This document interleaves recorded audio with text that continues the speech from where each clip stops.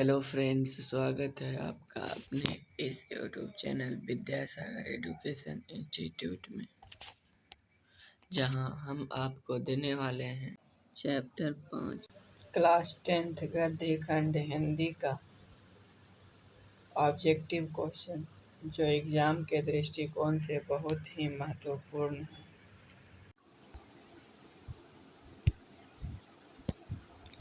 Question number 1,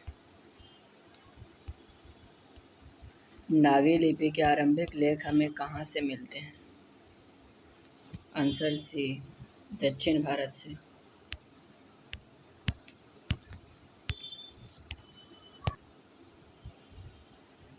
question number 2, बेतमा दानपत्र किस समय का है? आंसर ए, 1024 ईस्वी का। क्वेश्चन नंबर 3, उत्तर भारत से नागरी लिपि के लेख कब से मिलने लगते हैं? आंसर ए, 8वीं सदी से।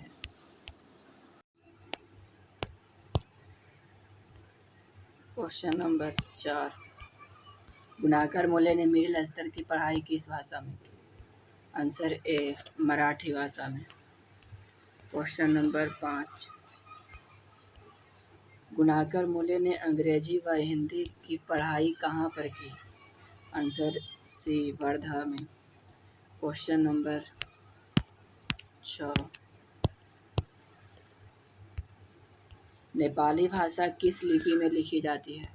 आंसर डी, देवनागरी लिपि में। क्वेश्चन नंबर 7, गुणाकर मोले का जन्म कब हुआ था? आंसर ए, 1935 ईस्वी में। क्वेश्चन नंबर 8, गुणाकर मोले का जन्म कहाँ हुआ था? आंसर सी, महाराष्ट्र में। क्वेश्चन नंबर 9, इन्होंने अर्थात गुणाकर मोले ने किस पुस्तक में पुरानी लिपियों का विस्तृत जानकारी दी है? आंसर बी, अक्षर कथा में। क्वेश्चन नंबर 10, गुप्तों की राजधानी को क्या कहा जाता होगा? Answer D, Devnagar. गुप्तों की राजधानी को देवनगर कहा जाता होगा। क्वेश्चन नंबर 11, बांग्ला लिपि प्राचीन नागरी लिपि की है? आंसर बी, बहन। बांग्ला लिपि प्राचीन नागरी लिपि की बहन है। क्वेश्चन नंबर 12, केरल के शासकों के द्वारा सिक्कों पर वीर केरलस्य शब्द किस लिपि में लिखी गई है? आंसर ए, नागरी लिपि में। क्वेश्चन नंबर 13, पहल किन राजाओं के लेखों के लिपि को ही नंदी नागरी नाम दिया गया था? आंसर बी, विजयनगर के राजाओं का। क्वेश्चन नंबर 14, उत्तर भारत की विशेष स्थापत्य शैली को क्या कहते हैं? आंसर डी, ललित शैली।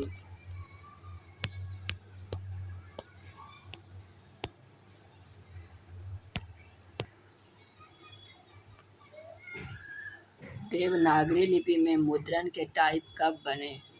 आंसर ए, 2 सदी पहले। क्वेश्चन नंबर 16, नागरी लिपि कब एक सार्वदेशिक लिपि थी?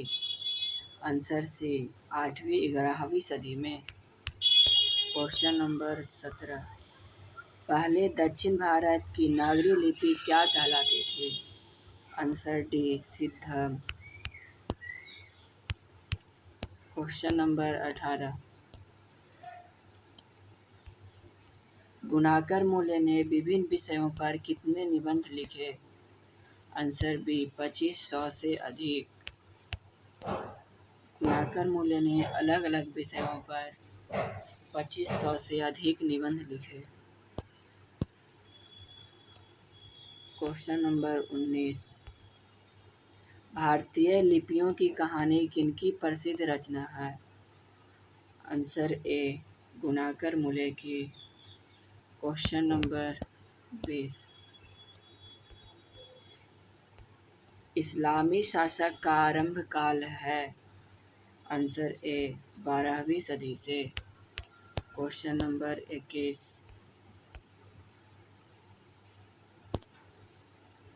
गुणाकर मूल्य की मृत्यु कब हुई? आंसर डी 2009 ईस्वी में। Question number 22।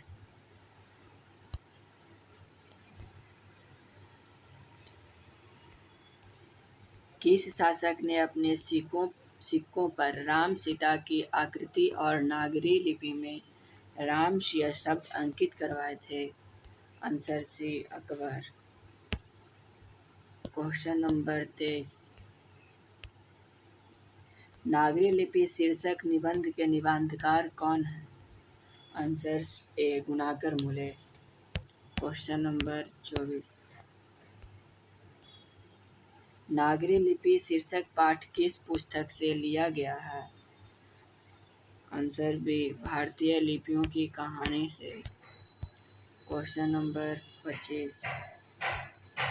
मराठी भाषा की लिपि कौन सी है? आंसर सी देवनागरी लिपि। Question number 26। टकसला का संबंध किससे है? आंसर ए सिक्कों से। Question number 27। श्रवण बेलगोला स्थान का संबंध कहाँ से है?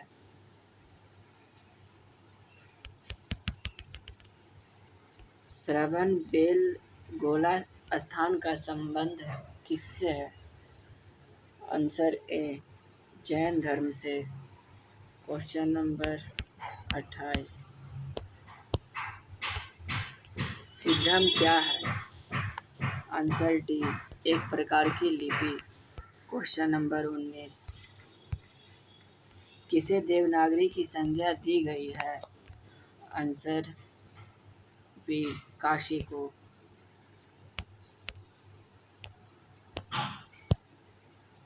Question number 30।